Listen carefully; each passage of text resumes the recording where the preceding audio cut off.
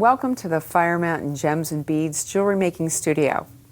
I'm Lisa Pavelka, and I'm going to show you how you can create a faux dichroic glass-like effect that looks like filigree using some of my products and epoxy sculpt clay. And it couldn't be easier. Let me show you how. So it all begins with Apoxie Sculpt, which is a two-part clay that's an air dry product. And it's available in different colors and different sizes. So when you find that you're hooked on it like I am, you're going to want to get it in larger quantities. You can also get it in assortment packs here at Fire Mountain Gems with different colors. It's very versatile, it's incredibly strong, and you have several hours of working time. I recommend that you handle it when you mix it with gloves. It's not absolutely essential, but remember, you're handling glue. So it's actually going to be a little sticky.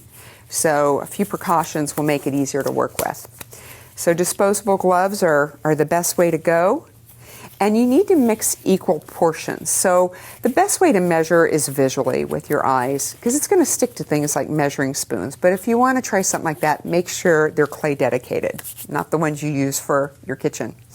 So there's two parts, and with all the colors of Apoxie Sculpt, you're going to see the glue portion or the resin portion is gray. Even with the white Apoxie Sculpt, mixing 50% of this with 50% white will still end up giving you white clay. So I'm going to work with black for today's project. Now, I find sometimes it's really easy to get it out using just a popsicle stick or a wooden skewer, but you can use your fingers. And I recommend that you start with the B portion first. And how much do you need?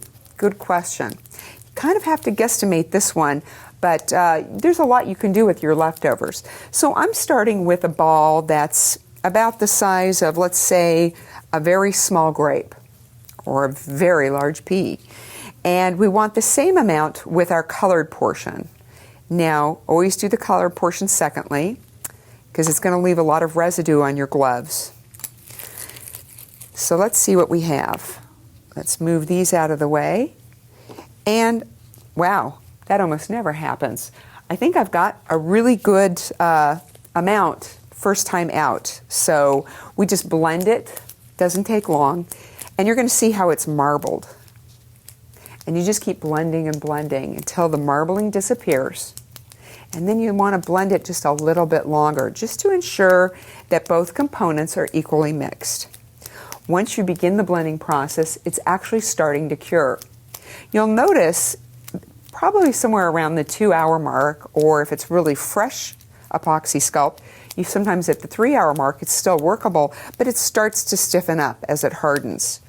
So it's best to do what you want to do with it as early on as possible. You'll have the most flexibility.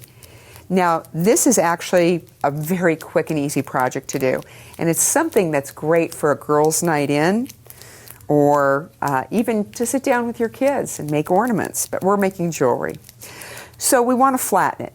Now, if I were to take a traditional clay roller to it, it's probably going to just stick and make an icky mess. And I usually work on this Teflon sheeting, this non-stick surface, which is also designed for work with metal clays. But the way I like to use it, and it wouldn't be what I would normally do with a pasta machine, but the same pasta machine I use for clay, I'm going to run it through there.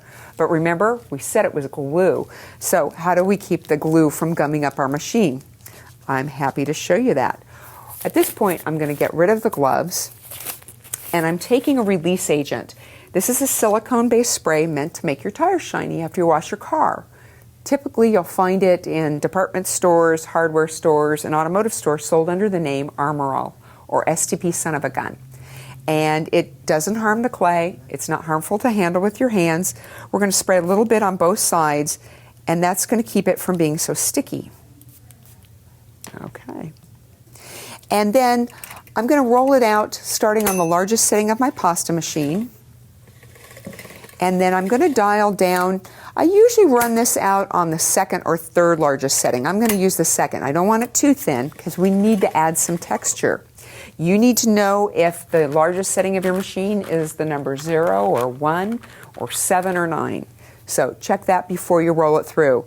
Then Be sure to clean your machine very well immediately after you do this. You can use a baby wipe or some alcohol on a cotton pad or those pre-moistened alcohol pads you can get from the drugstore. So now it's nice and flat and smooth and even, and we're going to blot away any of that remaining residue from our release agent, because now we want it sticky again. We're going to work with some of my foils. I designed these for polymer clay, but you can use them with double-sided adhesives and tapes, and you can get real creative with them. But we're working today with a unique foil. This is my pearlescent. It's a see-through foil that has an oil slick finish. In the same set, my expression set, you'll also find an opaque oil slick finish that's got a silver backing. So you can put it on any color of clay and you won't necessarily see the clay through it. But with this one, you see whatever's lying underneath. So I always tell you, and the instructions in the package tell you very clearly, that the color is always applied facing up.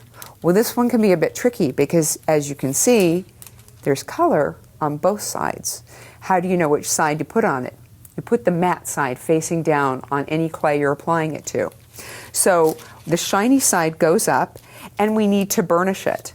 Now you can burnish it with a piece of scrap paper or a napkin or something. I'm actually just going to pick up the tail here of this foil and use it to burnish, and using firm pressure to generate heat and friction and keeping my fingers nice and flat. We don't want to poke down into it because we want to keep the clay nice and flat. We burnish it. If it were polymer clay, I'd need to do this for about 30 to 60 seconds. But because this is a glue clay, we only need to do this for maybe 10 seconds. The trick to getting a good lay down of the foil on the clay is to rip it as quickly as you can. Make sure your area is clear. You're not going to knock anything over. And it doesn't matter which direction you rip it in, but you don't rip it pulling in an upward fashion. You rip it pulling it backwards. So ready?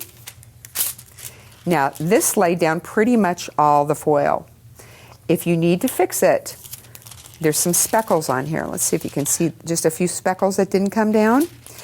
Most of the time you can fix that. If you can't get them fixed, it's usually because maybe you had an air bubble there or a divot.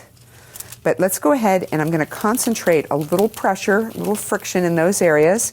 And the trick, we're going to rip it from a different direction now. And that just filled in that spot perfectly.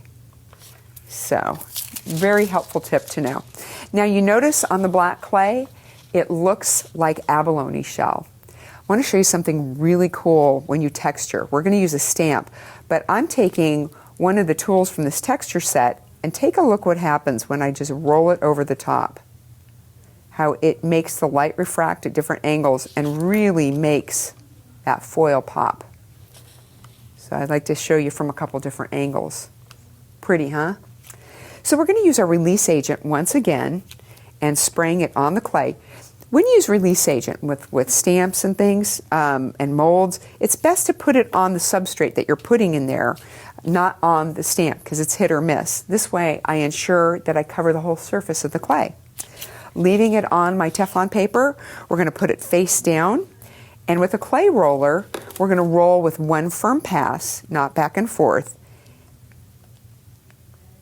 and firmly enough to get a great embedded effect. And very carefully, because it's glue, but that release agent helps peel it off. And this is where that lovely filigree effect comes into place. Now, I'm using a cutter from this wonderful clay cutter set. So there's a lot of options to choose from, but I'm very fond of hearts. Now you can do this at an angle, or it doesn't have to be centered, but I like to center my design, and I'm just going to press down and pull away. I'm going to try and keep some of this. If you use a big enough piece of epoxy clay, you can actually cut out around the edges and use that as a picture frame. I would leave that in place and let it cure at least 3 to 4 hours before I try to separate them. But this isn't quite big enough for a frame, so I'm going to peel away this excess clay for now. And you would just set it aside and let it harden. Even though it hardens typically in 3 to 4 hours, I oftentimes do this and go back to finish it overnight. I let it set up very well. So we'll set this right here, this scrap, because I want to come back to this in a little bit. So once your piece is hardened, like this, you're going to want to find a way to suspend it. You can drill a hole through it and hang it from a jump ring, but I think a more elegant finish is to use one of the many bales available at Fire Mountain Gems and Beads, and there's some beautiful decorative bales that are little pieces of artwork in and of themselves. But we're going to glue that on the back. Let's go ahead and do that with a little E6000. And I usually let that set up for at least an hour before I go to my next step. So just a tiny little dab. And because the bale doesn't sit straight up or lay flat, I want to turn this upside down, and I'm just going to set it on an edge of something so the bale can overhang and this can rest undisturbed. It would look something like that. We'll set that aside. So now when it's ready, we want to finish the back. You're not going to be able to really go on the back when you attach the bale and do a texture in the first time, so you need to add a second layer. And there's a couple of different finishes we can do.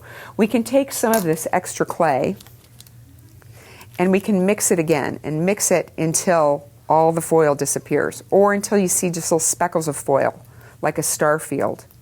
And this can be rolled out quite thin, again through the pasta machine, or you can just spread it by hand like I'm doing here. And you can add it to the back of your piece. Now you have the option of covering the bale, which is going to make it extra strong, or you can work around the bale and leave that as a decorative component in your finished piece. So I'm going to just lay this down here. You don't need any additional glue to make it stick to itself. And then what you can do is spread it out, and you can texture using either, I like a ball tip stylus. Let's see what kind of effect that gets, and it pushes it up nice and firmly around the bale. Or one of the other tools in the set, you can do the same thing, rolling this across and creating interesting texture on the back. Lastly, we would take our hobby knife or our clay blade, and you just trim away any excess. Notice I'm holding my blade at an angle so that I get more of a bullnose effect in the back. Trim it all around, and we're going to let that piece set up. Again, I'll turn it upside down so the texture remains undisturbed. When that's done, we're going to give it a lovely glass-like finish.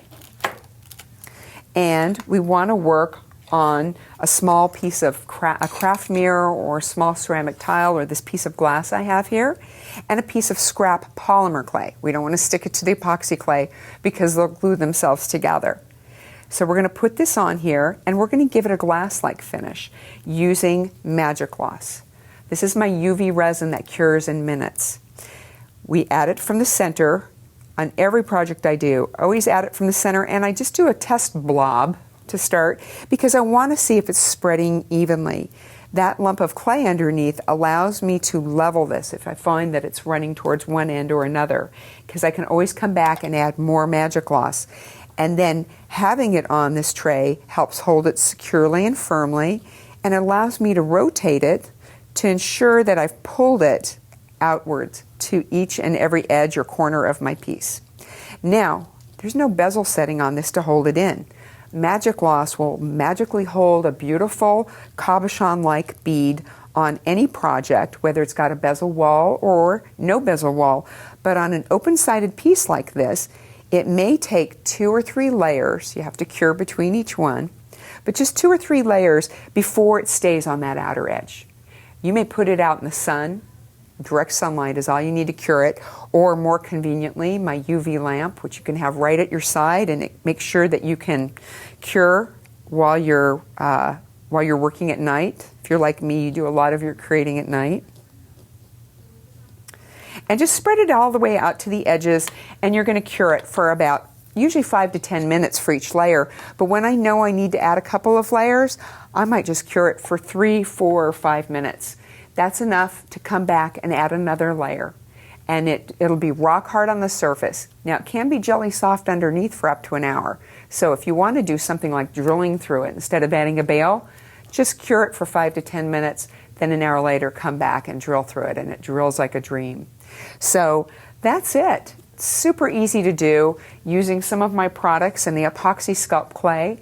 And you can find all of the products that Fire Mountain Gems carries at firemountaingems.com that they carry in my line. and the Apoxie Sculpt. So I just want to thank you for joining me, and I wish you happy claying.